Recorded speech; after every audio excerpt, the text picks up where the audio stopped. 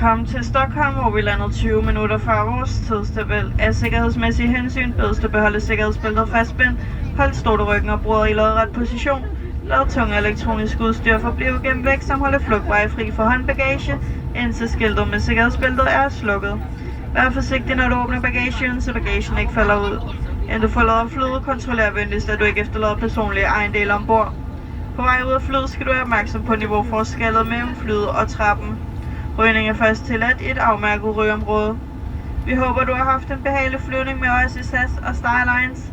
Indtil vi ses igen, siger vi i SAS mange tak og ønsker dig en rigtig god dag.